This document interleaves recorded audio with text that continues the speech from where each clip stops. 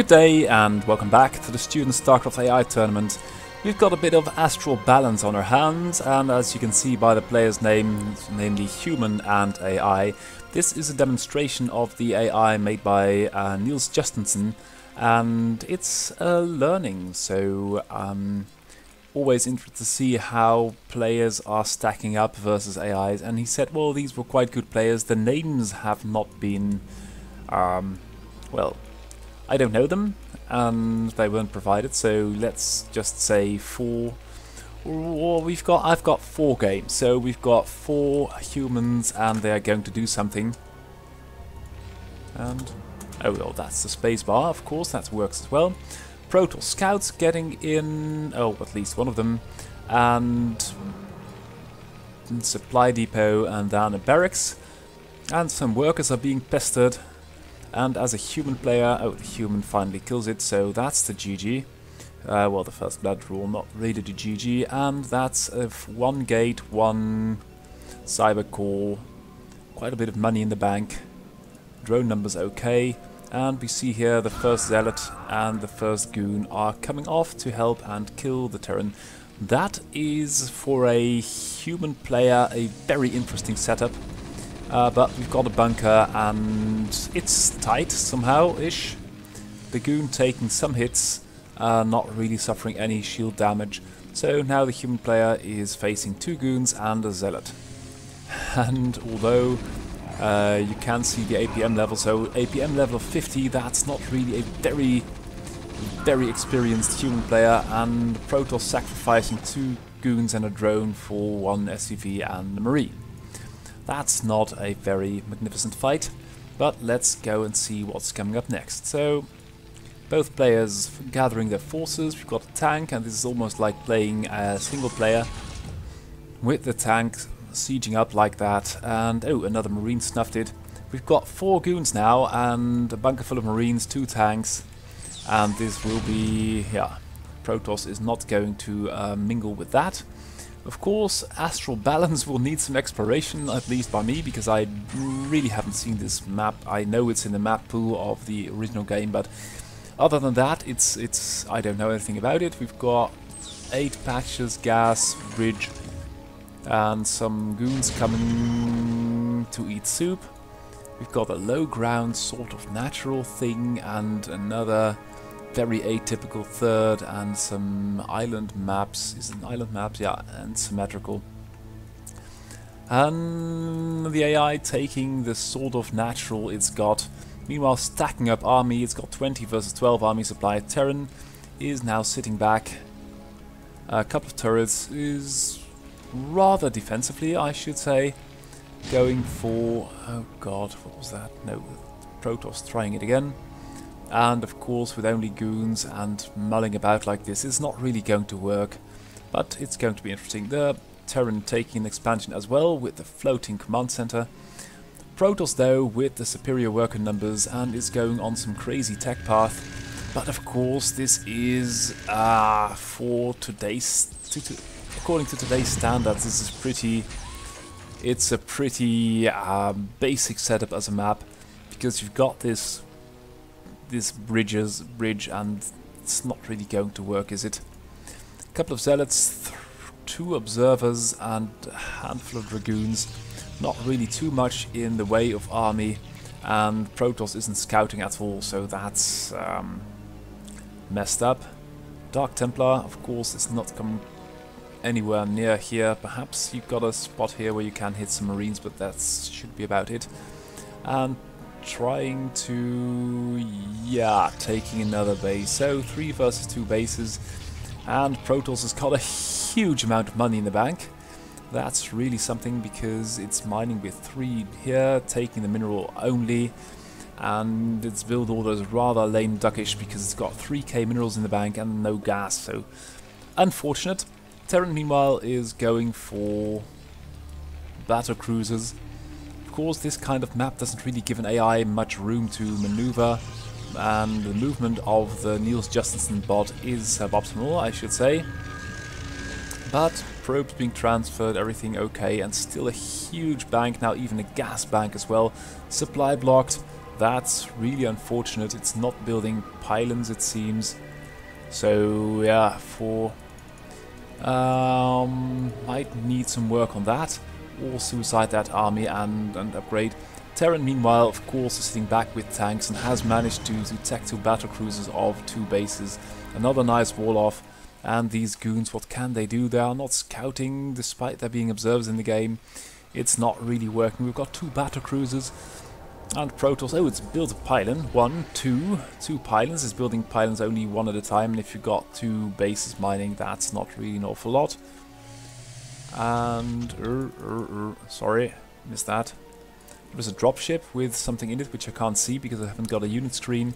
2 battlecruisers, tank lines, and Terran is doing damn all at the moment, building some more battlecruisers and some upgrades for them, I suppose. Protoss is, well, it can't really see. It is not taking this base, which it should know about, and sacrificing 2 goons. Meanwhile, mulling about with this army here. Oh, Terran took the island map expansion, and Protoss is not really doing anything at all. Just sitting back. Oh, 10k minerals. It's the Kalmorian Combine mission. Oh, and finally some action. So a pylon and a marine, a turret and a marine being cut down. By now we've got 4 battlecruisers and yeah, well, what can you say? Protoss is occasionally building a pylon.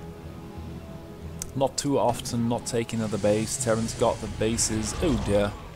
It has found the base, but it's retreating, and this is... Oh, we've got... arbiters. Oh, well, right. Good recall, and this is game. Recall here, recall there. Split the main in 2, and then you've only got a couple of battlecruisers, which have been stasis, which is good. And now some goons are being transferred. Okay, so that's great to see. We need more goons, though. Oh, and now it encapsulates itself with the goons, and more goons are coming up. Terran by now must be feeling right goofy, because how can you play an APM that doesn't attack and get your entire battlecruiser fleet stasis? Oh, and there it goes, and the goons will probably catch one. Yee-hoo! One dies, and oh well, that could have been a little bit better. But unfortunately it didn't really work, and then there are siege tanks and bunkers. Oh god. Yeah, so you can probably see how this is going. The other battlecruisers are being set on, and Terran has got a lot of money, so that's not really going to be a problem. It's also got this mineral. Oh, it's got a gas too. Protoss is going to mine out. It's got a huge bank of minerals though, so that's... Oh well, this is not really working, is it? The battlecruisers are now fighting off this lone arbiter, and 2, yeah, there they go. Oh what, god, what a match. These 2 battlecruisers are now killing probes, which will only mean that Protoss can build more army. And the battlecruisers are pretty good at killing everything. And now they die, but more are on the way, more tanks are coming up, and that's the human player typed out for some reason. Okay, well that's the first game, and I was promised a couple of good ones, so let's see how we can go. Okay, next one, and of course, as this is a learning experiment, the human player as the brown Terran, Protoss now as the orange Protoss, and of course it's one map, so the PC player, the AI, can actually do some real learning. Human player though has got the supply advantage. We've got 3 cannons at the back. The zealots will fall prey. Okay, well, if you don't micro at all, it's not going to work, obviously. That was a pretty dismal showing by the human player. Human player has got units stranded all over the map. Protoss is going for 2 more gates of 1 base, and the Protoss army is now sniffing mines. That's not good. And the tank dies to the zealots. Oh god, this is the most atrocious human engagement I've seen in a long time. All the zealots die to mines though, so that's something. And oh, that was pretty cruel. Almost got hit there. And now the goons are trying to trap these vultures. Will there be more goons, or will they be able to just make their way into the mineral line? No, there are cannons at the rear as well. And now these vultures get caught-ish. Human player on the back foot a little bit, but has got tanks, which should count for something. If you only siege them, the vulture's getting pretty low. And now the tank sieges up, but the tank is and the goons can't really make up their minds and they die to 2 tanks. I think that's a good decision. Human player with the command center up, and there is going to be something out of these 2 Stargates, or else there is it's a waste of money. Oh god. The goons run into, they run back to Mummy, to the Nexus, and we've got we've got 1 base carrier versus 2 base Terran. That's really interesting. There is no kind of anti-air whatsoever. These goons, though, are going to... Oh, that was really lucky for Terran, or unlucky for Protoss. And there are only 2 Goliaths, and what the bloody hell are these carriers doing? Okay, well, that's the way you do it. Kill the Goliath and then attack! Attack you. Ooh. This is really beyond me. Oh, there are vultures in the rear. We've got 2 carriers, and by now the Protoss will have built a lot of Goliaths. There are still only 2 carriers. Oh, 4 now, so that's something, with a couple of goons. This base may be under... maybe threatened. We've got some buildings here. And Protoss just mined out its only base, and Probe got stuck. No long distance mining. You can probably see where this is going. So, Terran now not repairing this turret for some reason. I can't really see if it's red. I think it is. Oh no, it's just yellow. And Terran has got a huge army, more than double. The AI is sitting back, mining gas, goons stuck.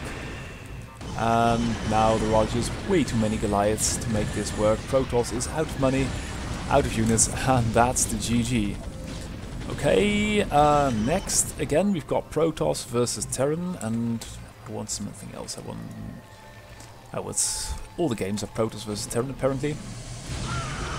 And the Dark Templar ploy fails. Human player.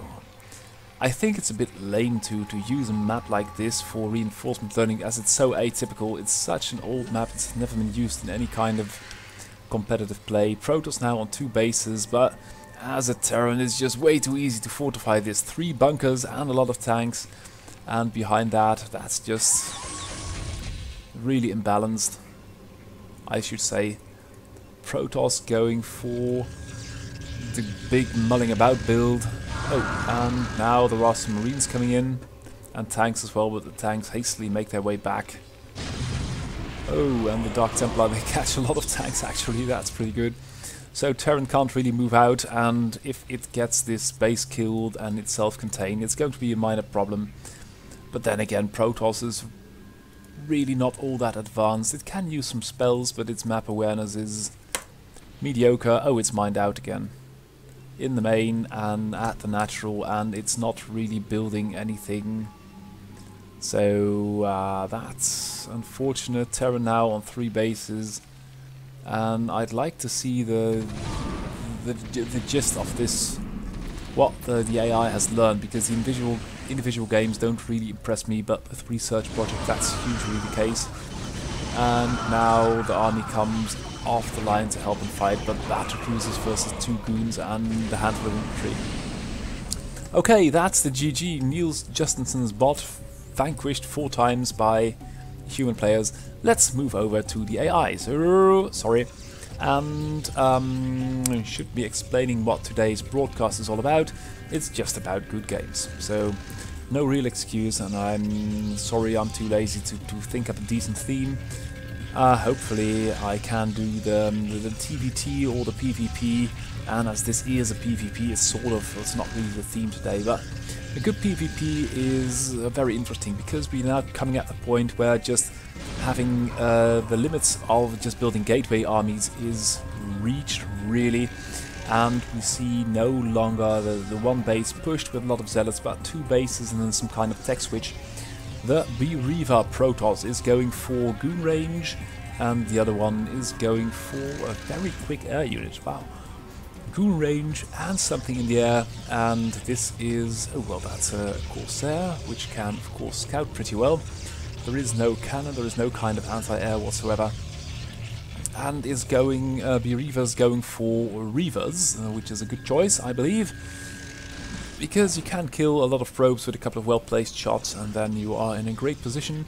Worker-wise, bwapi is about 10 ahead, and more Corsairs are coming, and also a shuttle. So this will be a Reaver duel, and now we've got 2 Corsairs, which would make the Reaver strategy by bwapi a little bit difficult to execute, but it's, we'll wait and see. We've got 3 Corsairs now, and I think I heard some fighting going on.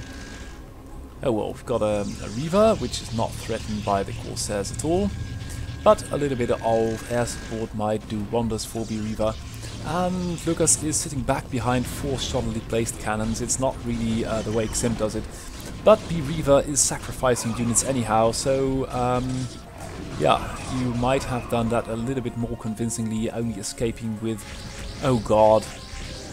And the Reaver with the shuttle, I presume there was a Reaver in there, they died to the Corsairs, which is very unfortunate. bwapi though, with a huge supply lead, with a 3rd base up, 2 cannons, these are much better placed. These cannons much better placed as well, and this is a bit of a muddle. I think Lucas is, well, should have some code to prevent it blocking completely. And these Corsairs are now trying to capture the Observer. Ooh, but taking a lot of hits, that's really unfortunate, and you can see these Corsairs are really doing the, what's that Michael Jackson move, it's called the moonwalk. Oh, and the Lucas Moravec's Reaver is being engaged by a handful of infantry, now being rescued by a shuttle, GG. And, ooh, that shuttle should be really careful. It drops the Reaver, but then gets killed, and that Reaver placing a couple of well-placed, oh, and that Hero Zealot just deals the last blow. And then we've got some more Zealot suiciding, so that's not really working out as well. Air units are coming into the mix, but they are more hard to control. And as long as this shuttle keeps in the company of that, oh god, here it goes again. And these Corsairs are really spluttering over the map. That's not really a modus of flying, and now they just ignore the shuttle. Oh god, what is that about? And the shuttle now is going to engage the other Reaver. Oh no, it's going to fly straight into the mineral line, and bwapi's already got a worker advantage. And ooh, that was a really ugly one. And Reaver! Oh, Reaver. The entire probe line of Lucas Moravec is getting demolished, and the Reaver is still, oh god, nothing is being done about Reaver, and the shuttle is being driven away but not killed. So at this time Lucas Moravec is under huge pressure. There is a Reaver for Lucas to help out and defend, but there are 3 bases operational for bwapi, and bwapi is just going to send in more units. We've got a High Templar 2 and another one, and another Reaver's coming up. The Natural is about to be broken, but this one hero cannon is sort of holding, and one more Reaver shot, and okay. The only problem is that the original Reaver is still in there, and it's just killing things as quickly as it can produce scarabs, and frankly this game's over. So bwapi still the force to be reckoned with. A bit late taking the 4th though, I don't know if I really like that. 2 Robos and no 4th, and these Corsairs are still, oh god. And yeah, oh, that was a nice Reaver duel, won of course by the one with the shuttle, but bwapi's shuttle control is sublime. Oh god, oh no, this is such a pro graveyard, it's unreal, and the Natural's being broken. So that's the GG, bwapi over Lucas Moravec. Other game, Oyvind Johansson. Oyvind, of course, random, this time playing as Terran, and I must say I'm really impressed by the way Oyvind is handling things. The 3 bots, the 3 races are really shaping up well. Oh, sorry, should have a little peek at the conflict in the middle of the map. We've got some Marines, and Oyvind is putting a little pressure on the enemy. which is going for a vulture and then a quick starport at home. It's going to be, it looks like it's going to be a bioplay backed up by another expansion. And the Marine shootout now in the favour of Johansson, but there is a vulture on the way. And vultures, of course, do horrible things to Marines, as can be demonstrated here. A couple of other Marines out on the map, and eventually this vulture will die, but not before... Oh god, that's really sloppy. Yeah, that's not the way you do it. And Oyvind just going to A-move stuff. Hidden ninja expansion by Chasenguk. And oh dear, oh dear, oh dear. That's really unfortunate. Now, perhaps with the medic, this Marine is going to save the day, but I think there is another vulture going to go out on the map. So, Wraith with Cloak and some kind of vulture speed coming up. That is going to be an unusual game. Factory done for Oyvind Johansson. Have we got music? Oh yeah, we've got... Sorry, didn't hear it just now. And by now, Oyvind Johansson with a vulture of his own. So, this Marine should be careful. Oh, we've got Stim and Medics, so that's always a good combination. And Chasenguk is really puzzling me at the moment. Ooh, the Fire Bat being instrumental in clearing up mines. That's pretty well done. There's only one medic though, so with all the stimming going on and the damage being dealt... Ooh, the Fire Bat snuffs a mine and dies. Oh, but this Fire Bat kills a vulture. That's really... How efficient are... Oh, we've got 2 Wraiths. That's good. And the scan goes off and the Marines are nowhere to be found, so that's very unfortunate. And oh dear, there is even a vulture and another Wraith in the natural. You can see Oyvind Johansson's supply is dropping a little bit, as it should, but this Wraith is not going to get anything done. Unfortunately, there isn't really a fighting unit to be seen. Oh, there's a tank and some more Marines are coming off. So I think that Oyvind may stabilize in the end, but the damage is being done and the Wraiths are still there. They've got Cloak. The scan goes off, but there is no Marine in sight, and that's very unfortunate. But Oyvind now finally clearing the natural, and the Wraith is going to die-ish. Probably. Yep, there it goes. And another Wraith which runs from a Wraith which can't see it. That's unfortunate. It's now 2 cloaked Wraiths versus an uncloaked one, so that's pretty unfair. And a couple of siege tank now ranging the natural of Oyvind Johansson. Chasenguk with an unorthodox play is taking home the win, going for another comsat, and oh, that comsat also still being built. That can't be. You can't really build Cloak and also build the increased reactor for Wraith energy. Okay, so game over. GG. Oyvind not really making it versus Chasenguk. Now a PvP. We earlier saw Lucas Moravec versus Buriva, and these are the other 2 golden boys of Protoss, and that is not counting tscmoo, which is a stupid thing to do.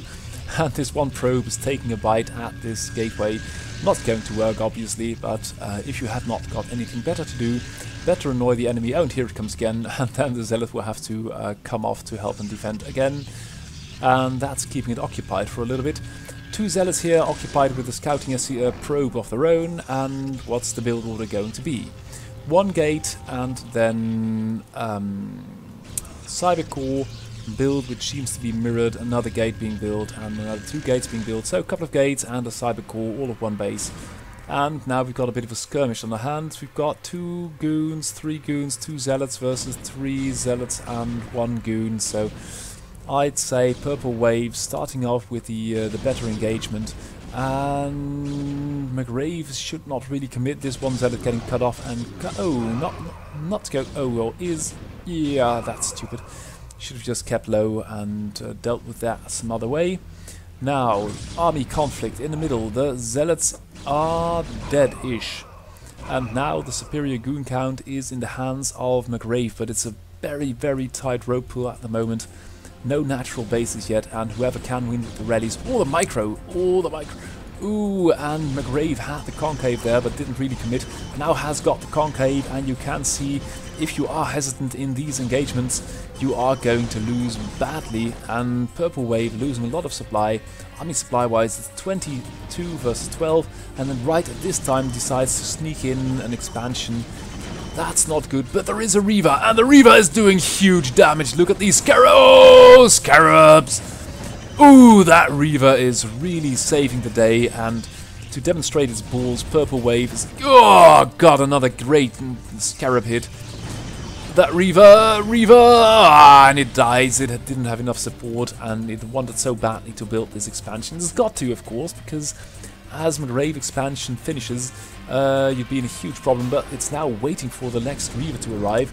Meanwhile, there is a huge advantage in goons for McGrave, and together with the... Whoa, there is only 3.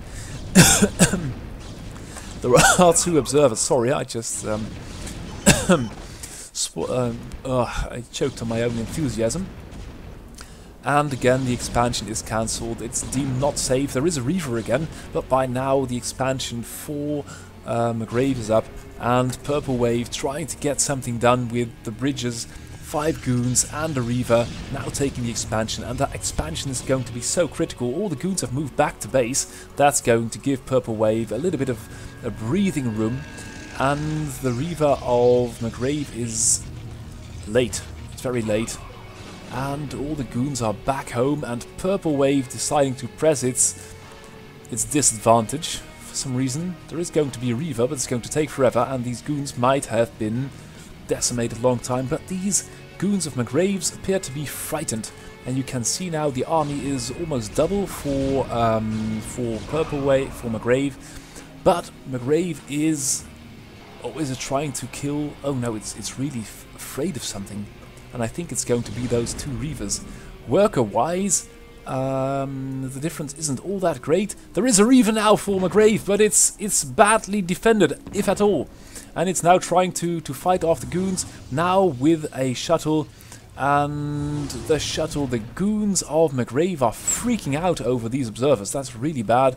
And the shuttle is taking way too many hits. It should either go off on an expedition or to kill some probes, or just drop the Reaver and fight these goons here, but the goons of McGraves are so scared.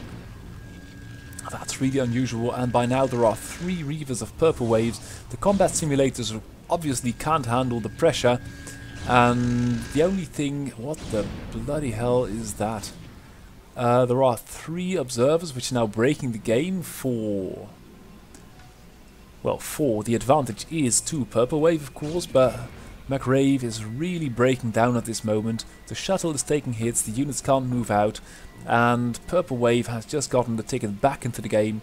The waiting now is for a 3rd base of... Oh, there it goes, for Purple Waves.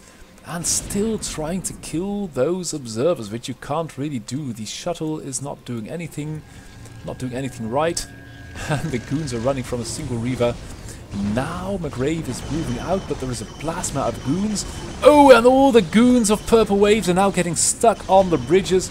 The pathfinding is letting them down badly, and they all get cut down, mown down to a man, and suddenly McGrave finds itself with double the army supply, a 3rd building, and it has gotten itself unstuck on the observer, except for this cluster of goons.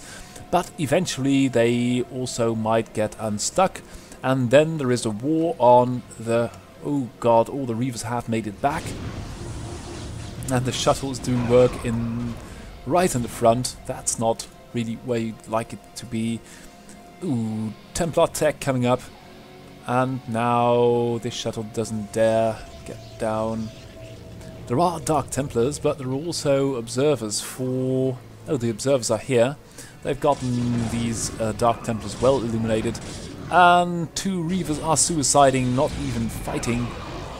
And that was really unfortunate. But it's now a 3 versus 3 base, and it's going to be a bit of a slugger. Even though... Oh, and there is no detection for McGrave. That's very unfortunate. Is that... Oh, there is an observatory, so hopefully not the entire army is going to be mown down by a single Dark Templar. But it might take a while before an observer eventually hits the streets. And yeah, this one Dark Templar is getting stuck in the masses of goons. But there are 3 more now, and where is the bloody observer? Is an observer at all being built? No, it's not. There is an observer for... Oh, finally. And now the game is sort of... Ooh, back! That's a nice storm. It was dodged, but it was well placed. And it's going to be 4th base taken now. The observer for McGrave is now over here. How many has it got? It's got only 1, so that's a bit of a goo-glue if the enemy's got Dark Templar. And it's a big macro fest, but the combat micro is suboptimal. There are Dark Templar. The waiting is for some clutch storms, but they are well dodged with this 60,000 versus 7,000 APM. That's really something. Have you got more energy for storm? I think not. Perhaps just 1 on this High Templar. And the Reavers of Purple Waves are doing massive damage from the rear. The goons really can't get to grips because there are too many zealots out there. Oh, and an ugly storm, and another one! Oh god!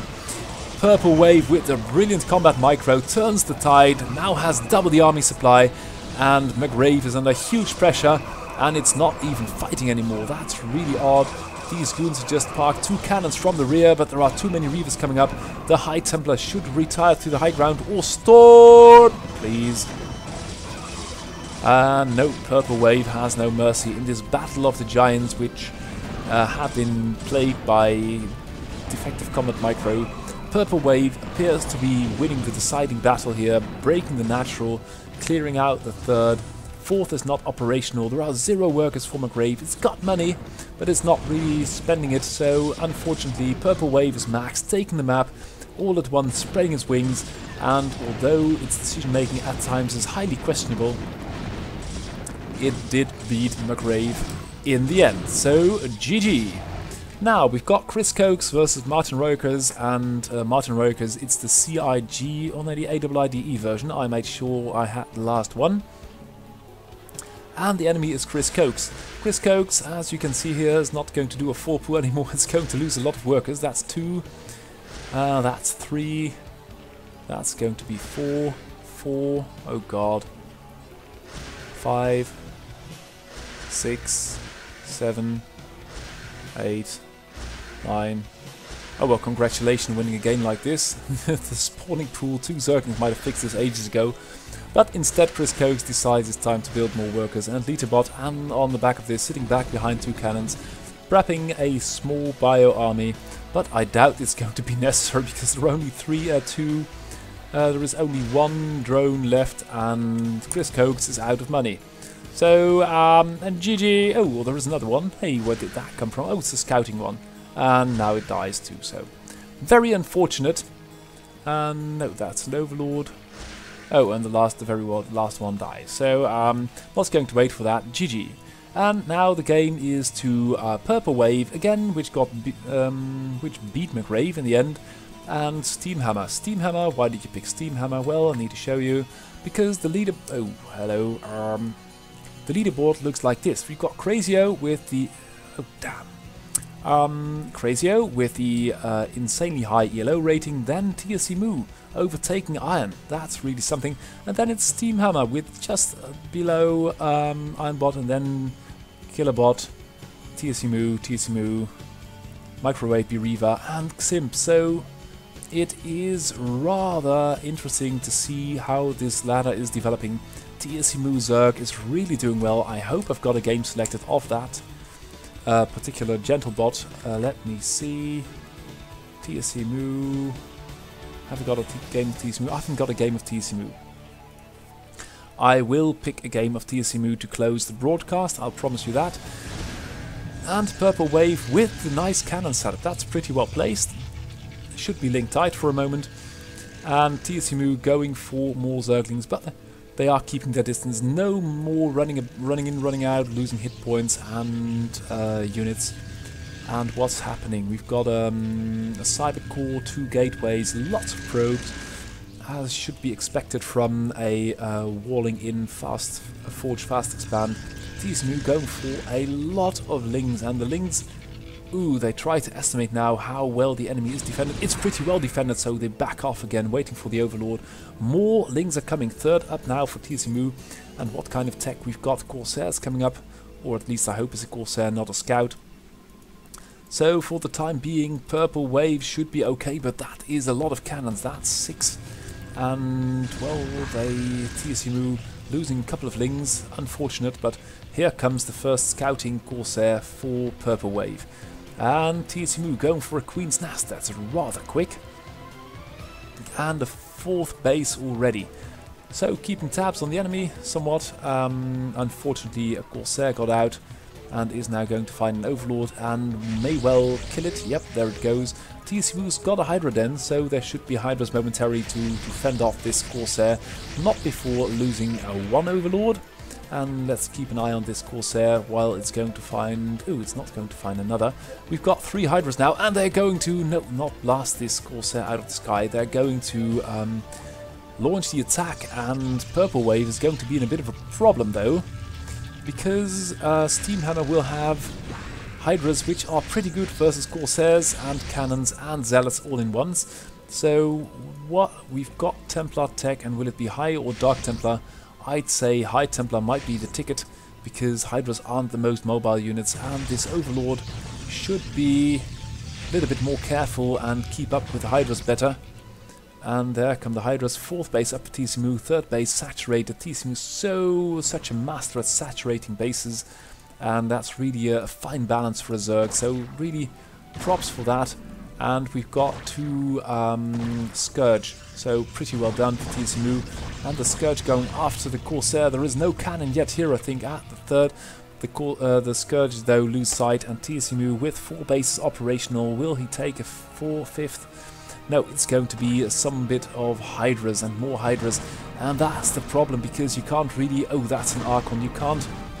Oh, Purple Wave now losing a lot of units. We've got 1 Dark Templar and an Archon, so that's... Oh, tscmoo is really flexing its muscle. Oh, this probe is very brave. Oh, and it dies. So, unfortunate, tscmoo taking another base, and Purple Wave in a bit of a sticky situation. Cannons are good, but they don't win you map dominance. We have got High Templar now, and the question... That's the question answered. Storm is there, and that's a puddle of dead Zerglings. The other one's got off okay, so doing fine. Oh, the Archon dies needlessly. That's very unfortunate. And lots of Zealots, and I don't think it's... Oh, God! We've got one more Storm. Let's do that in real speed. And the Storm misses... Oh, and the Lings running regardless. And now tscmoo's had enough. It's got a lot of Hydras, and the Zealots are coming off the line, but the Zealots should really fight only with some kind of splash unit or ranged units. They're now dying somewhat needlessly. Zealots now trying to catch Hydras here. That might be a good play, but tscmoo's all over the map already. No 6th base yet, only 5. Hello, and this Archon, oh, that's a very lucky Archon, and tscmoo is not defending this base at all. That's very uncharacteristic, and now the Hydras are moving back, giving Purple Wave some room to breathe, and Purple Wave, I feel, is playing this okay. This is a good decision. Just sacrifice those Zealots, you're not going to need them anyway, and you might do well to pull the Hydra army back, take another base perhaps, but in any event, get some breathing space. These Zealots, though, they were living beyond their time anyway. We've got some kind of egg, so it's going to be it's going to be a Guardian, which is pretty good versus Zealots. Of course, it was a Guardian, but a Guardian versus... Oh, and there goes the Hive. The Hydras are not on point enough, and they should be pushing much harder, because if tscmoo loses the Hive, it's going to be in a huge amount of trouble. Oh, and the Overlords see it, but oh dear, there is no defense at all. This base is only now saturated-ishly, and Purple Wave running out of building space. Got the 3rd well defended. It's not got that much of an army anymore. You can see it here. Steamhammer has got 35.5. That one is a Zergling which has just lost his brother or sister.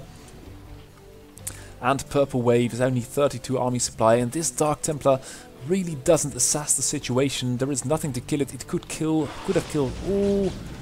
Ooh, that's unfortunate. That's a Storm wasted, I feel. Could have killed all the drones, but didn't. And now tscmoo is reinforcing this base with a Hydra and a Muta, so every time it pops into range, these units will try to kill it. And the Contain is back, and these buildings are so exposed, it's unwise, I feel, for Purple Wave to build that far out on the map. and the Hydras are kings in tearing down things record speed.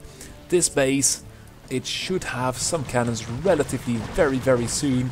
Otherwise, Purple Wave is going to lose units, and you can see tscmoo's got the superior armor. Templar are coming off to help, and the storms, and tscmoo's army evaporates. There are 2 Guardians, but there are only 5 Hydras left, and these are killing fields, ladies and gentlemen. The Hydras take some back on the High Templar, which are now an Archon, or trying to become one. But those were some very clutch storms, and tscmoo dropping the ball a little bit there. Now losing some units over the cannons as well, and there is still much more stormy potential over here. The weather forecast is not looking good for tscmoo. Then again, these High Templars should really come off the line. Oh, and the Corsairs are really on point, killing off the Guardian. The High Templar are sitting there, and tscmoo is just taking more bases, and it might lose a lot of units here. Ooh, that is 1 Storm, 1 Guardian. You could say that's okay, but these 3 High Templar are really needed to fight the main army of tscmoo. Because and now tscmoo's Guardians are on point, and they do dodge. And the Guardians with Hydras are a good combination, because the Guardians are dealing so much damage from above. Only if they are firing, of course. And they deem only a probe worthy of some fire and things that are attacking it. It's good. These 2 Zealots are making their way across the map. Small Zealot push here, though, and it's being ignored by the Hydras and the Guardian. 2 more, I think these are going to be Guardians, I'd hope. If they were Devourers, it would be pretty useless. But knowing tscmoo, I think those are going to be Guardians. And yeah, that's one. And the other one is, I think, also going to be Guardian. And now Purple Wave is in for a world of pain. Oh, come on, my little egg. We've got a game to cast. We can't wait all day for you to hatch. And it's another Guardian. So now it's a lot of Guardians with Hydras. And that's a composition tscmoo could think of. It's brilliant and it's ludicrous. There are some High Templars though, so let's keep very close watch on this Protoss army. And this building placement is just bad. Oh, that's an those are 2 very good storms. Now do a little bit of and the the Guardians. So much damage is being done by storm, but more storms are needed. And Purple Wave doing okay, still got 3 mining bases, but you really need some fighting power. All these units by tscmoo. tscmoo's got the map covered, and the Zealots, and that's a very good play. These Mutas take forever to kill off some Zealots. Should be a Lurker or 2, but it's only Mutas, and the Zealots have overrun the map, and Guardians are being morphed right in the middle of the battle. Guardians coming from the high ground, Hydras coming from the high ground. And Purple Wave is... Oh, God! 1 more storm, please! You're going to lose Templar. Oh, and that's an interesting range matchup between a Guardian and a High Templar. These Templars live for the time being, but they're they've got no kind of cover. And 1 storm takes care of 1 Hydra. Oh, you've got to cast a storm or run into cover. The protective measures for these High Templar are insufficient. Army-wise, Purple Wave struggling to make something work. 30 supply only, and tscmoo is all over this with Guardians, with Hydras, and 2 Zealots still roaming the map. This base has been badly hurt every time there was a Zealot incursion, but tscmoo has got now a constant stream of Guardians and Hydras. And is again... Oh, here come the storms! Oh God, what a huge amount of damage is being dealt, but I feel it is not enough because tscmoo just got way too many Hydras. And... but Purple Wave is really using those High Templars to their maximum potential. That is very good to see. Finally a bot who can use... you shouldn't anthropomorphize too much. High Templars to their full potential, and this is a much better place to build those gateways than here in the middle of the map. They are so exposed. Handful of Zerglings, 200 supply minerals worth of Zerglings can tear down this production facility in record speed. And by now there are too many Hydras, and the Guardians are taking a lot of damage from the Corsairs. The Hydras are much more intent on killing stuff than dealing with those Corsairs. And the Archons coming in from the rear. That's such a lot of damage. There is even an Ultra now. This base is being left untouched. tscmoo is going for the jugular, for the main base. And the Corsairs have got things shut down. but there is just too much stuff in the main base already, and tscmoo attacking 2 bases at once. An Ultra in pair with Zerglings. Oh, and the probes are shielding the cannons. That's pretty well done. And this Ultra can't really reach the cannons, but it's killing probes. And look at the amount of armor it's got. It's gotten so much cannon fire. It will die eventually, perhaps to the Zealot and the cannon combined. But that's so much damage and hit points balled in one ugly beast. Such a beautiful game. And Steamhammer is really rampaging the map. Every base being taken. Steamhammer, what are you doing? You're getting better every time I see you play. And these random Zergling attacks are not really making it work, but I feel they've got pretty good upgrades. Let's have a peek. We've got +3, and only the Hydra range hasn't got +3. Ultra, both the armor and the speed. Adrenal glands, speed, overlord speed. And Protoss has got Storm. This game is over. It's only a matter of style in finishing up the last remnants of the Protoss Empire. And look at the composition which has made it possible. We've got almost 60 Zerglings, 6 Hydras, 10 Ultras, 3 Guardians, a couple of Devourers and a couple of Scourge. And that was the map. No more units for us for Purple Wave. Trying to make something work with High Templar, which admittedly are doing quite well. We've got a Dark Templar, but its DPS is just too low. The Nexus falls, and there are just too many Zerglings. The Guardian overhead is demolishing the Extractor. Is it an Extractor? No, it's an Assimilator, of course. And this one Dark Templar is trying to save the last pylon, I think. Oh, there is one Extractor here, and it's going to be a bloody affair here. We've got 1 Dark Templar and we've got 200 supply worth of Zerg, and that is, I feel, the game. Yep. GG! Steamhammer, what a game. So, Wilbot, of course, playing random. A new bot, so interested to see how it is coming along.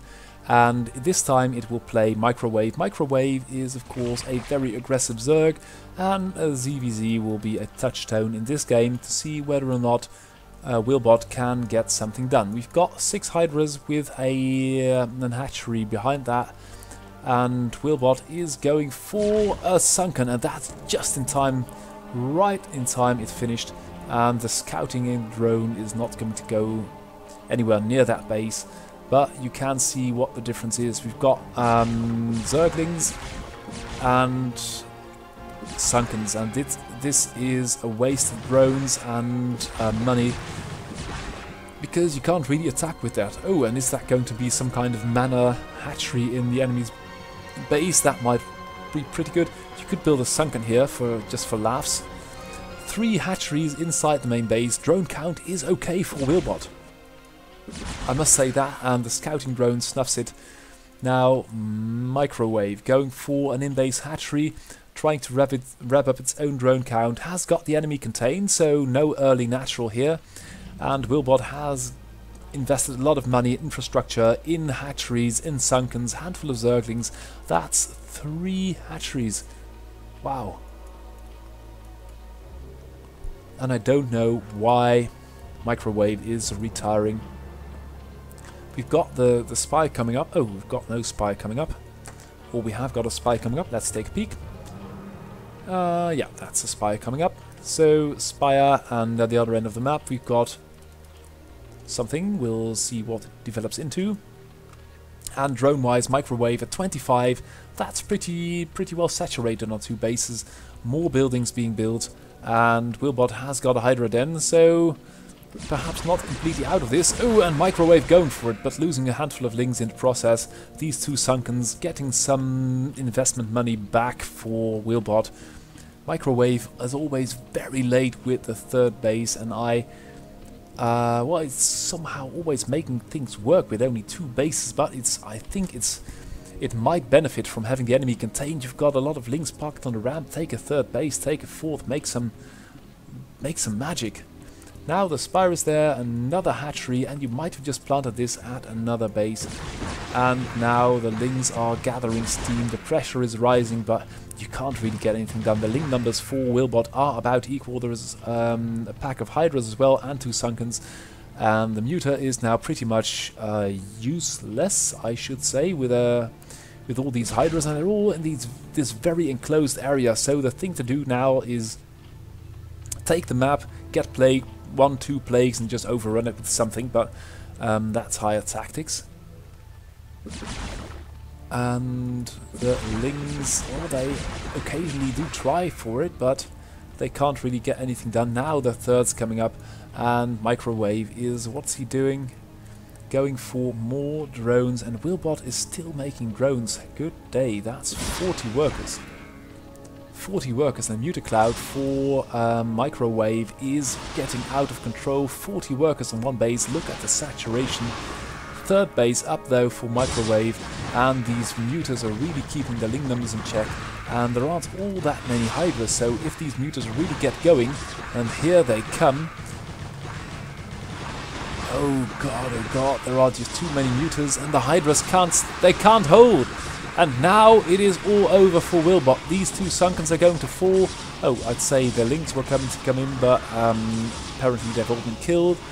But the mutas are all over this, and even if you have got 40 workers versus 10 mutas, you need a hell of a lot more. And now the hydras are killing off mutas, but all the workers have been killed. Microwave now 3 bases, going to win the match. Wilbot, well done, but you need special tactics to beat Microwave. GG, and we've got something new. We've got Nightcat. And Nightcat just joined the fun with 2 races. As the Teal Terran, we've got Sparks. Nightcat, known for the Big Game Hunter show, has modified his Terran and Protoss so that they can also play on normal maps. And it's good to see all these normal maps compared to Bloodbath or Battlegrounds or Astral Balance, it was called, where Niels Justensen played a couple of human players, which might have been more fun to discuss from a scientific point of view, because as standalone games and me knowing nothing about it was not really fulfilling for me at least. But Niels Justensen is still working hard, and that's the good side of the story, because real learning is so hard, and although these non-academic bots are really bringing the good games, the large macro fests and the good cheeses, the real AI is of course being done by those with well, those like Niels Justensen. So Nightcat, what have we got here? We've got 1 base, and we've got a very strange setup. We've got a couple of barracks, and it's going to be a bio push E kind of thing. And Sparks is going for rather a bit of mech. I'd say that's a surprising composition for Sparks play, which should have more Marines and Medics and less mech units, but we've got 3 Marines, so perhaps the Medics are going to follow. No, that's an armory. Natural being taken by Nightcat. Nightcat has got quite a bit of bio. It's going to need it, because this bit of mech is way superior in every way, especially if you count in siege and mines and the Vulture Harass. That's going to be a tough uphill battle for these Marines with their complement of medics. And oh, nice worker transfer there. And there we go, the Vultures are coming, and they are mining up the entrance to the base. So looks like Sparks is setting up shop. Oh, that's a nice cordon of mines, and that's pretty well done. It's sort of really sealing in the enemy. And wait until the tanks are there, and if the tanks arrive, just send more tanks from the production facilities at home. Now with the siege mode, and this is going to be a hell of a blasting that Nightcat Terran is going to receive. The Marines are fighting well versus the Vultures, but the big problem is here. We've got 4 tanks and mines. Oh, the first tank is being engaged, it unsieges, and it barely dies. Oh, and there are just so many Marines. We've got 3 barracks, more Marines are coming from the rear. The first 3 tanks are killed. Oh, one just escapes with a sliver of life left. And the mines are really doing the work and saving this last bit of mech. And the entire army for Sparks is retreating. That's not good. You could have held, you could have built a fortified position here or somewhere further along down the line to just get things rolling again. And now it's a 2 base with 3 barracks. And how 4 barracks? Okay, 4 barracks. So how can Nightcat possibly keep its money down with only 4 barracks, you'd ask? Well, I'm curious as well. A couple of upgrades perhaps, but this mineral count should be rising. Oh, and it's still producing SCVs. That's the key. 33 SCVs. looking to take another base and this badly damaged tank, and that's okay. I think this is a good match for Nightcat because the combat micro and decision making of Sparks isn't really where it should be. And ooh, the Marines have been roused. And now the Vultures with the tanks. There are 2 tanks again. Tanks are not being repaired. That's, I feel, a little bit of work to be done for Sparks. And these Marines are not feeling the urgency to mingle in the battle, resulting in an overrunning of the natural by a lot of hungry Vultures. Very unfortunate. Now, finally, the Marines are coming off the line, but, of course, we've now got a handful of tanks, and 2 are badly damaged, but the ramp is now sieged, and every Marine who shows its nose here is going to be blasted quite profoundly, and going to die. Yep, there it goes, last medic. And Spark's not really hasty in taking another base, but if you've got things set up like this, the natural overrun, the main overrun, and the enemy only playing bio, should perhaps have picked a Protoss or a Zerg, as bio is much better versus those races, and tanks really eat bio units for breakfast if they are Goons and Zealots, or Zerg units, or Terran bio units. And that is the game. So I say GG, let's look at Nightcat Protoss. As the enemy, I took Brian Weber. I might have switched that around, but I also would like to show you what Brian Weber has been doing. I don't know myself because I haven't had too much time for Brood War this week. And Scouting Overlord, Scouting Drone. Oh, that's not a Scouting Drone. That's taking a sneaky base drone. And then taking a hatch and pool.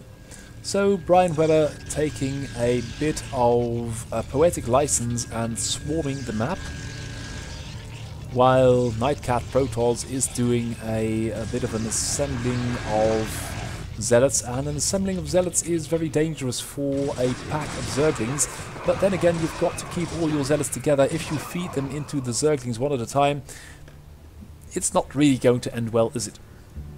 Now, natural the second base up for Brian Weber. Drone count is pretty abysmal. The Lings have found something to do here, God knows what. And I think that's going to be a lair, and will we see some upgrades? Oh, sorry about that. Upgrades, speed +1, and goon range. So you can see where this is a big game hunter spot. It's not really expanding, it's just making a lot of workers for one base, and just make production facilities as many as you can. Now Brian Weber populating its second base. Ling here, Overlord there, 2 Overlords here, and some things the matter here, I don't know what. Will we have any kind of tech by Nightcat? Yes, we will. And Brian Weber being very generous with the time, it gives the Protoss to do something, and Protoss equally being very generous with the time, it lets Zerg build up its empire. And Brian Weber has got some kind of a thing with the left. Oh, sorry. Oh, that was, I nearly missed that. Protoss now coming into fight, and the Zerg army is coming off the line. That's a lot of Sunkens, but they are in the wrong position. And the Zealots are all over this. We've got a Muter. We might have some more, but there are too many goons, so I don't think that's really going to work. Weber has made it out of here, but it's losing its main, and the natural is not. It's under attack-ish. Under attack and dying. So the second base and the main have been carved up. Oh, and Nightcat being very generous, leaving this hatchery alone, and will now have to go and find it. It now has. And Brian Weber is frantically trying to rebuild from here. It had a bit of money, so it could plop down another hatchery and a spawning pool at the same time. Nightcat strolling across the maps trying to find Brian Weber, and is doing so, just misses it. I think it's got a bit of stair fright, or ramp fright. It's not really making it up the ramp, and Brian Weber has somehow rebuild. Handful of Zerglings killing off stray Protoss units on the map, and the Protoss army is really hesitant. Oh, and the Protoss army is also really hesitant about finding the enemy. He is now stuck on this ramp. Brian Weber trying to do this with Lings only on one base. And you can see it's 20 versus 130 supply, but never you mind. Never say die. Let's go for the throat and kill this baby. Or it's not a baby, it's a Protoss. And the Protoss army is still way bigger. It's 11 times bigger than the Zerg army. But the Zerg is finding and killing units in the middle of the map, while these probes have failed to take a natural and no dear oh dear. Weber is just building Lings of one base. Oh, now another base. That's very good. So it's somewhat robust, and that's a pretty good setup defensively with the ramp. Handful of Lings, you can stop quite a bit of Protoss fighting power. Unfortunately, the Protoss fighting power is stuck on another ramp, and this badly placed hatchery is going to be the third base. Oh, and now the Protoss army's out again, so Zerg beware, because the army supply is still 5 versus the Protoss superiority. But the second base is up and populated. The third base has finished and is populated, and the Protoss army is so scattered. You saw earlier that it had 80-90 supply. It's now only got 55, 53. Every time in the field the unit is found, Zerg has the better of it. And although Zerg is losing units as well, Protoss can replenish, and Zerg, of course, it can. It's got 3 mining bases. It's got some kind of tech. This hatchery appears to be stuck to me. But Zerg has now got the army, and Protoss has got some zealots here and some stuff there, and that is surely going to be the end. Now Brian Weber taking the entire map, has got a lot of workers again, not really teching too hard, but just making things work, getting the infrastructure right, and now taking the bay. Oh god, Hydra stuck. Hydra stuck alert! Oh, and there it goes, and now the observer gets killed as well.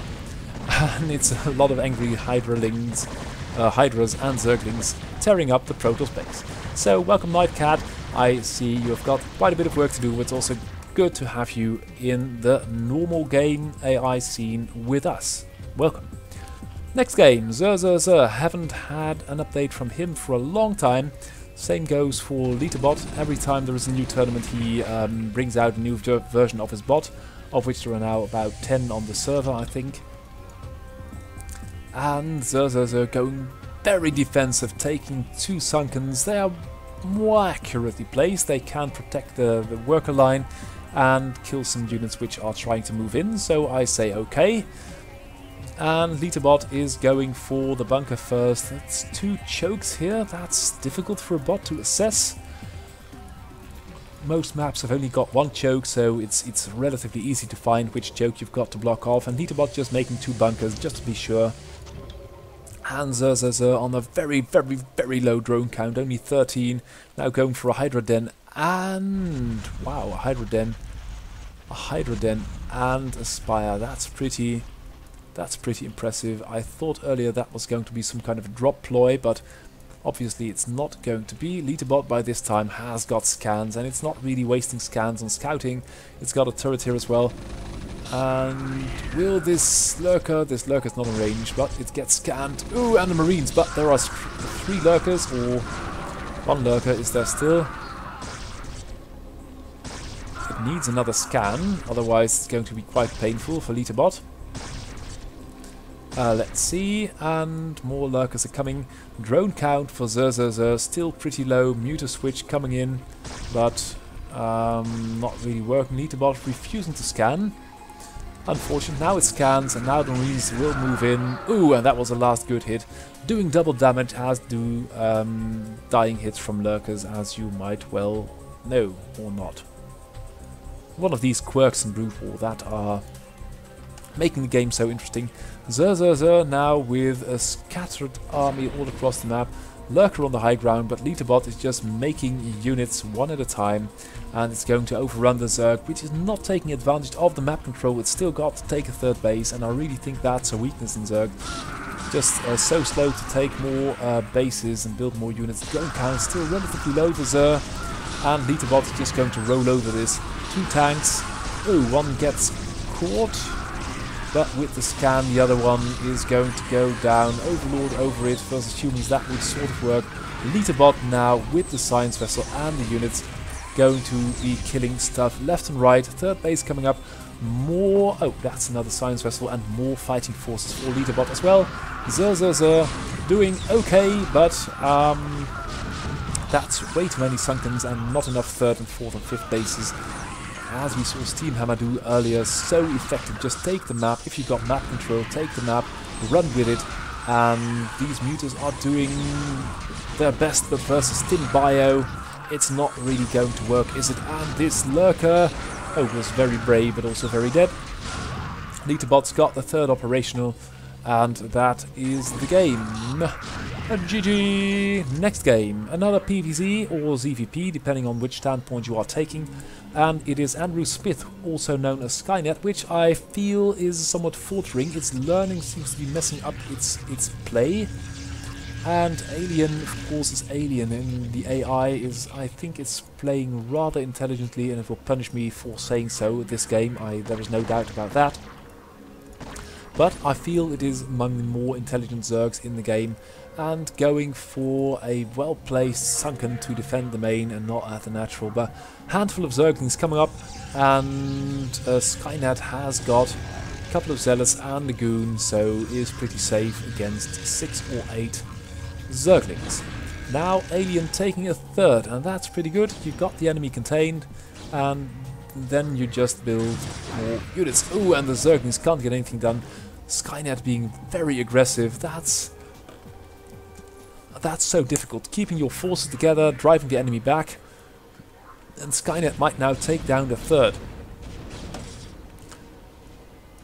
That is if the Zerglings catch up, but the Goons are doing a lot of damage already, and then it's a net victory for Protoss, I would say.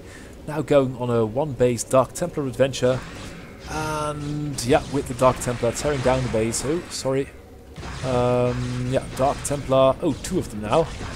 But with the Sunkens, that's a foregone conclusion. Zerg holds. Zerg holds, and Skynet taking 2 bases virtually at the same time, taking its turn at map control and riding that pony. Alien with the 2 Sunkens at the natural, brilliantly placed, I should say. And 2 Sunkens here, so no kind of drops unless they are over here, which would be a very unusual place to drop a Reaver or a Templar or a Vulture, of course. And let's head into the mid-game. The Lings are trying to get some map control on the Dark Templar. They're doing quite well. Might do with Overlord speed too. And now the Lings are surrounding the Paul Zealots and another Paul Zealot. And then the Goons are going to be nibbled at. But the Goons have got quite good micro, especially considering Skynet has not received an update in forever. But this is a big problem for Alien. 3 bases operational for Andrew Smith.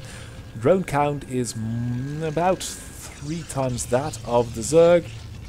And these gateways are just going to stream in an endless flood of units, and you can't really get out of your base. Is there any kind of brilliant plan cooking? No Lurkers, no Mutas, or there's possibly... Oh, hello. Possibility of Mutas, and the Lings are fighting quite well. I must say, the Lings have pushed back the Protoss, and you should now immediately take a third if you are going to live longer than 5 minutes, 10 minutes. Because you might live 5 minutes with 2 bases, but 2 versus 3 bases ZVP is generally not the best situation you can find yourself in. And if you ever wake up and you are the overlord of a colony which is 2 versus 3 bases ZVP, you have got a really big nightmare, or you are going to die very quickly. Now, Alien doing what it can with 2 bases, not trying to take a third.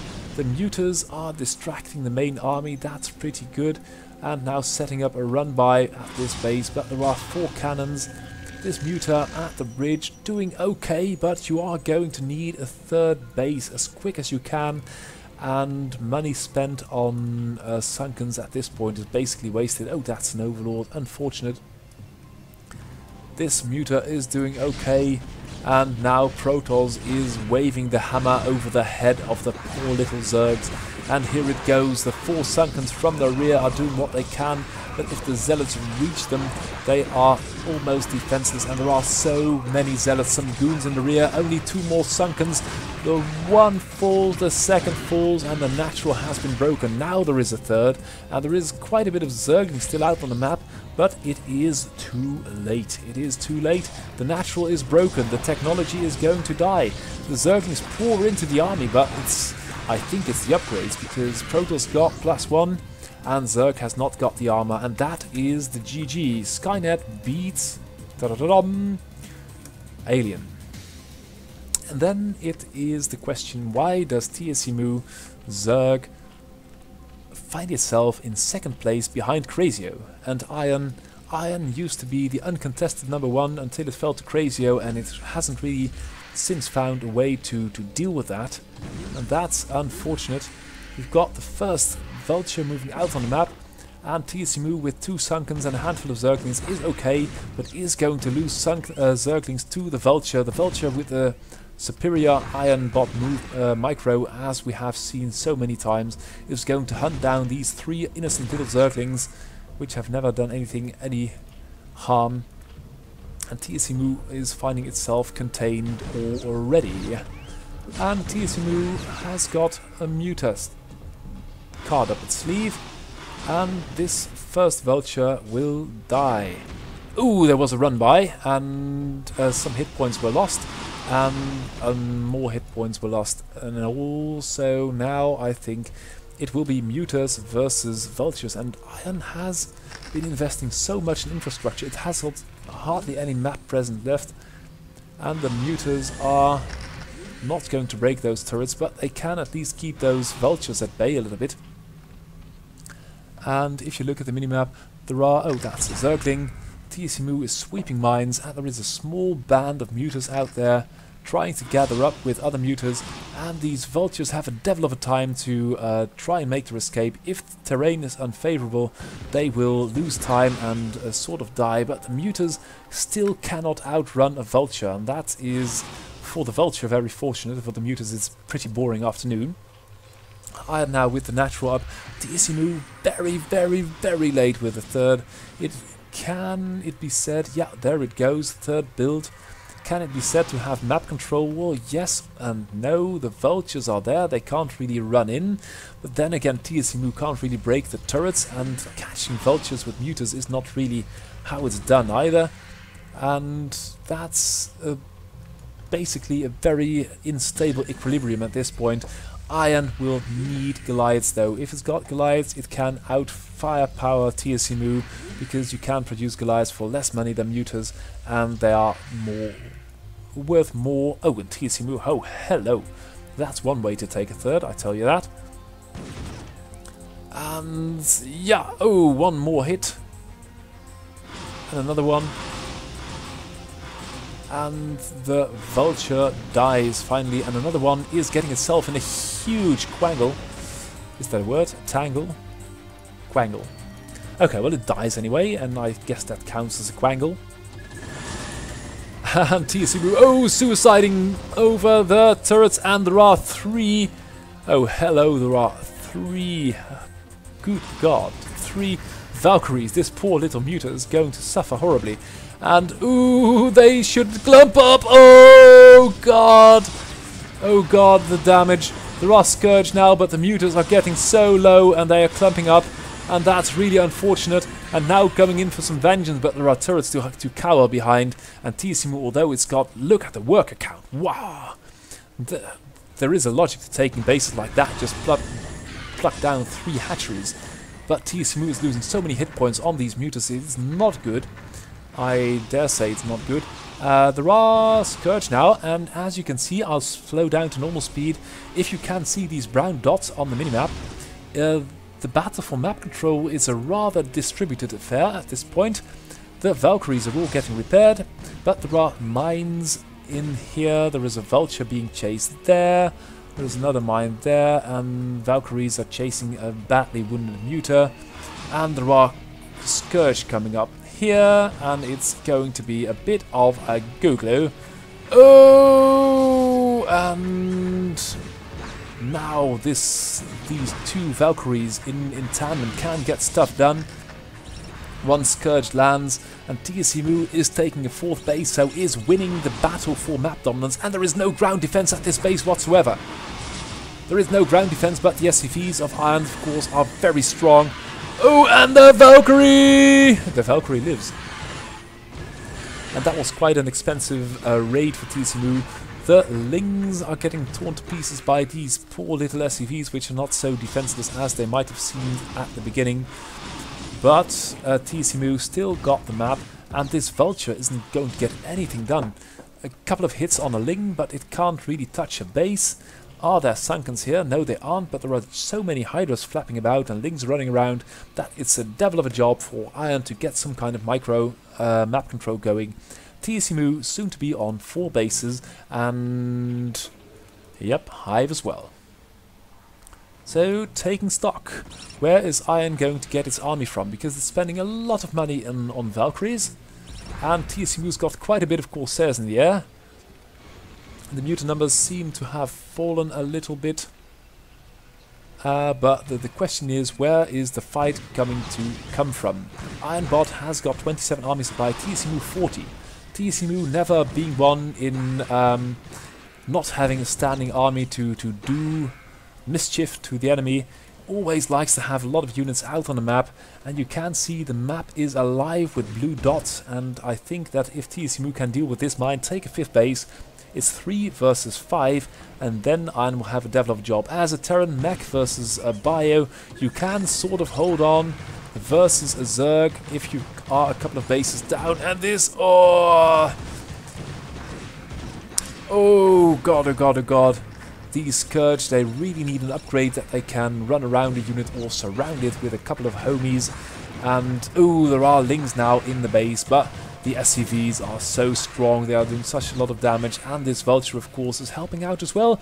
tscmoo doing okay, and now taking a 5th base, and this is going to be, I believe, the tipping point, because if Iron is under pressure here, there are Lings in there again, and the Lings are now in sufficient numbers to threaten the Terran Dominion. The army for Ironbot is growing slowly, and there are some units out here and there, and a lot of Wraiths and Valkyries, but the main proposition is that Iron is not as dominant on the map, on the field, on the ground, with Vultures, with Goliaths, and the Mutas are now sort of chasing this Goliath with a couple of Lings as well, and it's all a very messy, hard to predict war. It's all out, and tscmoo plopping down 2 more hatcheries to take a base, and I think that's the way you do it, because you can spend about the money of 1 base on 2 hatcheries, and it has somehow dealt with that mine. Oh, and that is the fall of Ironbot. The base is under attack. There are too many Lings. The SCVs, which are normally so stout, brave and dapper, are fleeing, are falling. There are too many Lings. The 3rd base is down. The main is mining out. The natural, yeah, still got a lot of money, but Ironbot has, where is its army? There are a lot of air units, and it's here in the middle of the map, and it's finding itself in a position where it has found so many enemy armies in the wilderness without a paddle and even a creek, and it's just, the map is awash with all kinds of cheap units, and yeah, that Goliath is going to kill a couple of Scourge, that's inevitable. Oh, the turret is doing some work too, the Valkyrie lives, but there are just too many Zerglings, so cheap units, tscmoo throwing them away, and where Iron uses the Vultures, tscmoo is using Scourge, Muta and Zerglings, and Iron has having the devil of a time to get a decent army composition together. The 3rd is still there. tscmoo has refrained from smashing down the command center. The Vulture, though, is falling, the SCV is falling, and they leave it well alone. Might as well, because Iron is there building more SCVs, and the Valkyrie! Ooh, it lives. But you can see tscmoo is getting way out of control. 100 versus 70 supply. Army supply is in the favor of tscmoo. This base is operational, and it's now 5 versus, well, 2 bases. This one's really mining. Every once in a while these Lings come in to kill an SCV, and one of the turrets is constructing, and that's about it. 2 SCVs on the map die. Overlord being sacrificed. Units being sacrificed left and right. tscmoo is throwing away money and units. but is now engaging the natural, and Ironbot has got... What's it got? Oh, a couple of good mine hits, but Ironbot's got 3 Valkyries, 4 raids, 1 science vessel, and only 7 units which can actually do damage, while tscmoo's got the map, got so many units, and is even chasing this poor science vessel. And Iron is out of this. tscmoo playing beautifully, so into contact with the enemy, always seems to know what's going on, balancing the workers with the fighting units, and just throwing stuff at the enemy, keeping it off balance, keeping it on its toes, and once its toes are swept underneath, it's going to run away with everything, keeping tabs on these bases, perhaps for sweeping mines, perhaps for knowing where the enemy actually is. The third base is now being torn down, at least the comsat is. And, oh, there is some kind of an air threat there. But, as you can see, it's 19 versus 80, 60 army supply. Every unit that Iron loses at this point cannot be replaced. And everything is going down. Oh, that Wraith with a bit of luck. Taking another Muta hit. And tscmoo is all over this. So, going to call the GG. tscmoo might take a little bit to demolish Iron, but that's about that. And, oh well, let's have a good TVT. Going to speed it up just a notch because it's going to be quite a long game already. And yeah, that's what I feared. As this is DVT, pardon me for speeding up the initial stages so much. tscmoo going for a 1 base, Crazio going for a 1 base 2, tscmoo setting up some kind of shop, Crazio with the well-known bunker and a couple of tanks, and with the floating barracks which provide side range, which make it very good at beating other Terrans. And tscmoo, Iron hasn't really got an answer to these floating buildings, which make Crazio's pushes nigh unstoppable. tscmoo with a nice minefield and a very late natural. I don't really know if that's a wise choice. Crazio with a third, and with the side range from these buildings, just going to push tscmoo back. And tscmoo has got no air units or floating anything, and Crazio is slowly and surely, with the tank numbers, going to build that up, and it knows that tank is there. It's so delicious. And 1 Wraith of tscmoo won't make a world of difference. tscmoo only now saturating its natural.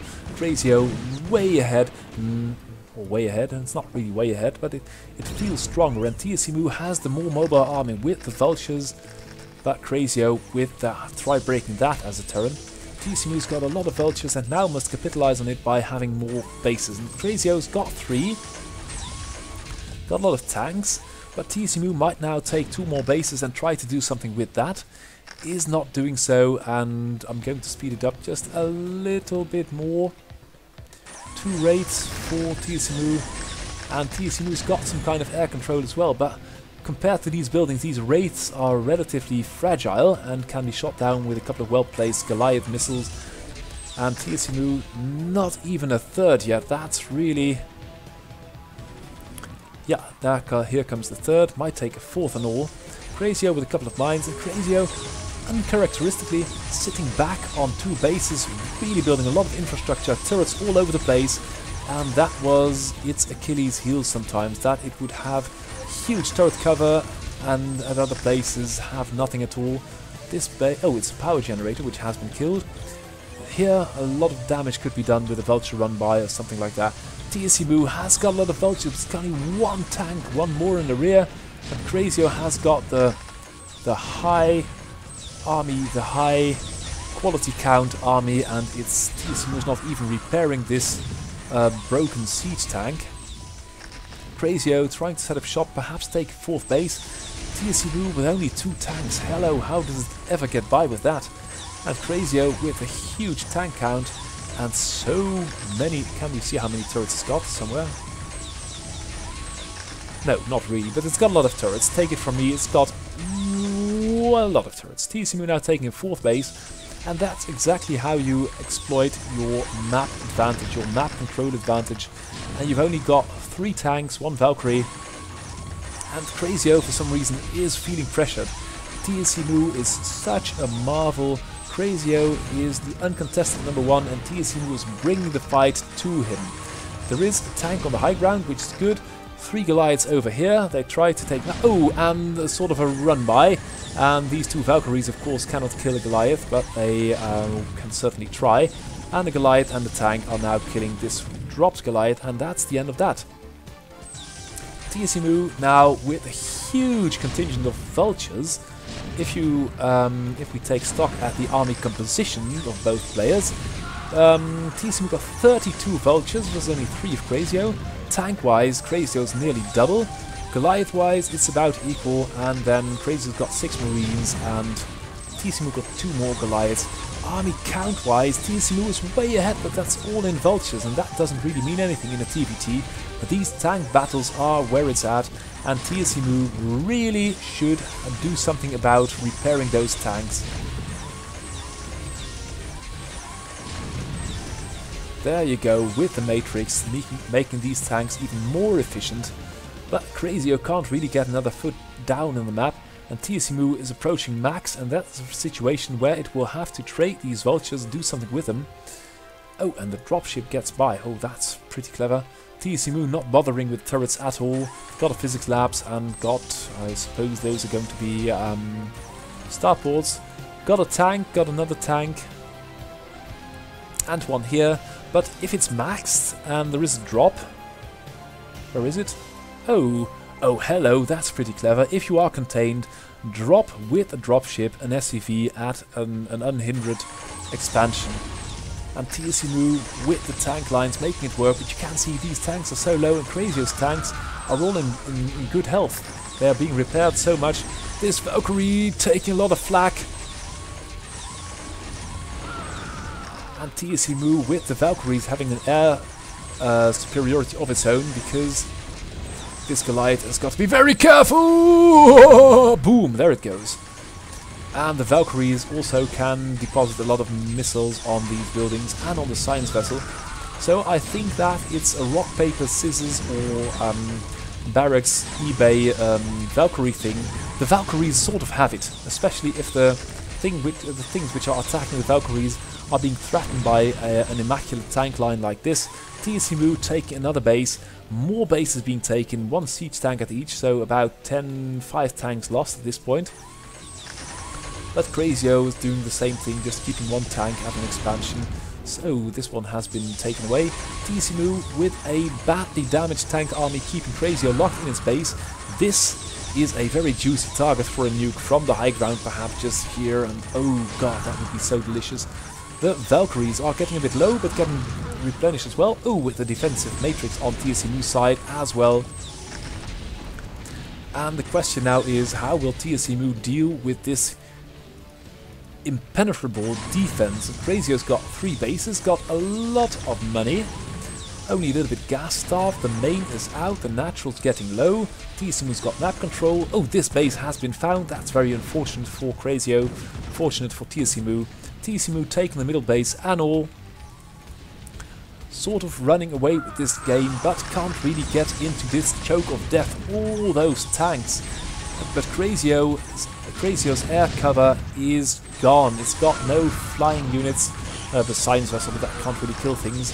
And tscmoo with the Valkyries, with the science vessel, is inching up closely and could even do more to kill those floating buildings, I feel. And still so many vultures. How many has it got? It's got 28.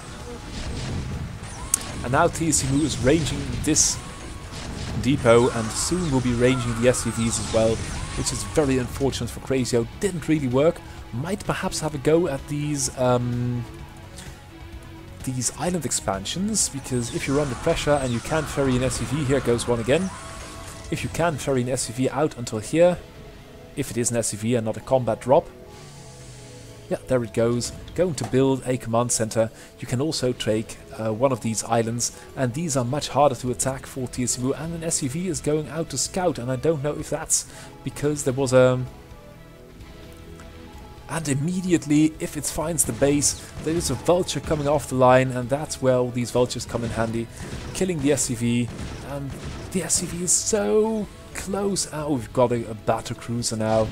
So Crazio in a dire position. Supply-wise, it's way out of its depth. tscmoo with almost 20k minerals, 1k gas stacked. And this bit of minerals is Crazio's last mineral, and it's ranged by the siege tank. And now tscmoo with 2 battle cruisers. Has it got? Yes, it's got. And that is going to be a bit of a problem. Here comes... Ooh, I need to see that again, probably. Oh, sorry. We'll see that again presently. This tank got Yamato, but Crazio matrixed it just in the nick of time. But tscmoo now cannot be stopped anymore. Crazio again trying to ferry out an SCV, but...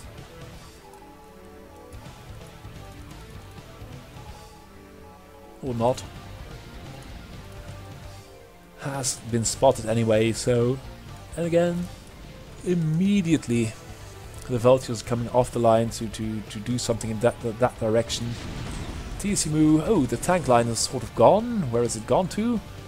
tscmoo has found a threat somewhere here. And Crazio can move out on the map once more. It's still got money for one more command center somewhere. And it's still got a bit of an army. It's got 80, it's got 32 army supplies, so it could do something. And... oh well, that Goliath is not going to have much fun from this encounter. With a Yamato. Okay, no jokes there. tscmoo settling things in style. Crazio with one last ditch defense, it seems like. And tscmoo is returning. It's chasing something here. What is it? Oh, a transport vessel.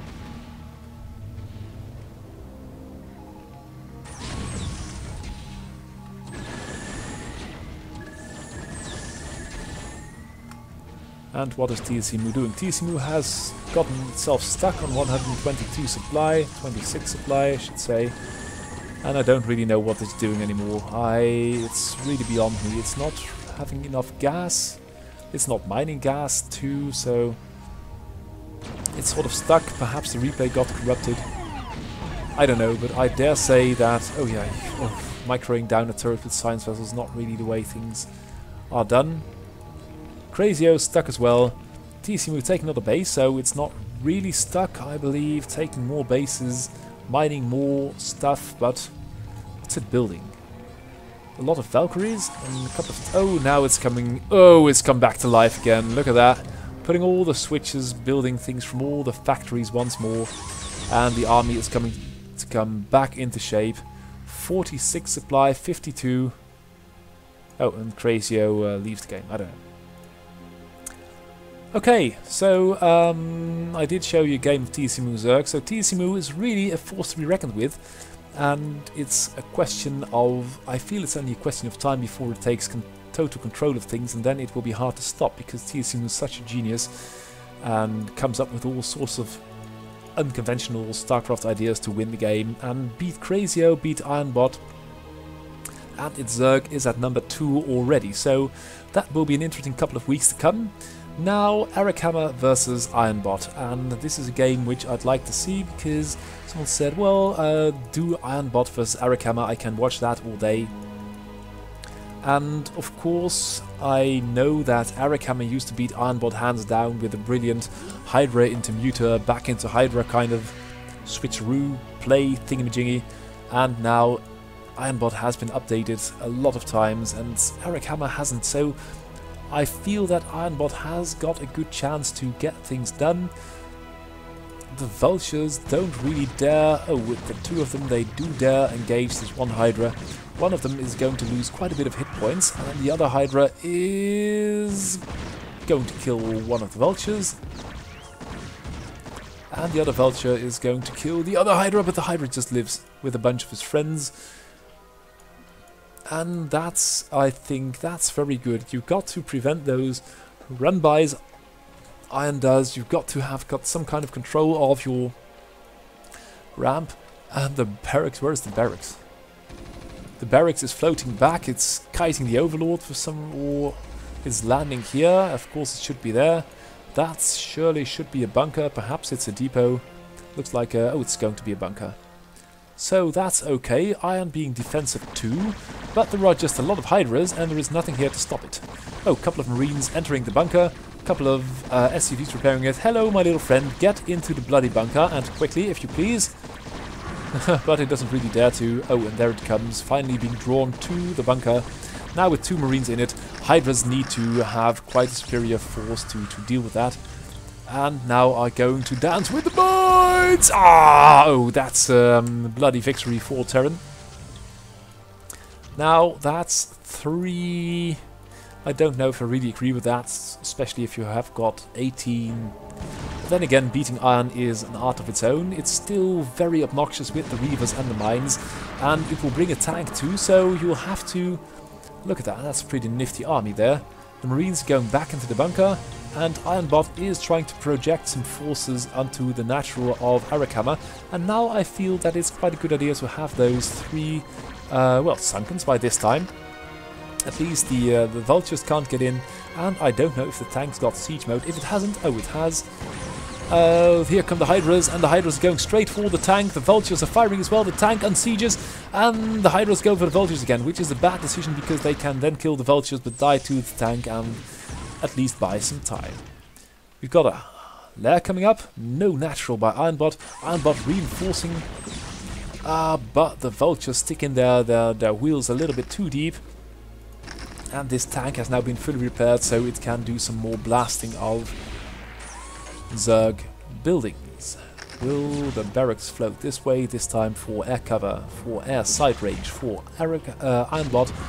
No, it won't, but we've got 1 tank. We will soon have a turret, I feel, and then we've got a nice container on our hands. And these Hydras, in order to kill these Marines and Vultures, they have to move into the tank range, and that is a very unhealthy position to assume. Now, Arakama, what's it going to do? Going to try and get a... yep, there it goes. The Spire going. And Ironbot's only got 1 tank, and all these units mulling about prevent it taking a more aggressive posture. Iron now taking a 3rd base, and Arakama taking the 3rd here. And these Sunkens are still keeping Arakama into the game, so... that has been a very wise decision, but so many Hydras are lost to these. Oh, there are 3 tanks now, and I feel this is going to be an unwinnable position for Arakama. Arakama has got 400 gas-ish saved up, is now building some Mutas, but there are too many Marines already, I feel, and a couple of, at least 1 Goliath, 2 Goliaths and more coming. And now Iron is making work of raging down these Sunkens, which have only got 300 hit points, and the Hydras are way too weak. Iron now roving the map with the Vultures, mining up every single base. That is some great map control, and that is an example that would be wise to follow. If you have got the units, burrow a Zergling, or have them run around the map every once in a while to take a peek at all the expos. The Mutas are coming in, but they are way too weak, and now with 5 tanks and supporting units, this push is unstoppable. Expansion is up, supply is up, and that was last game.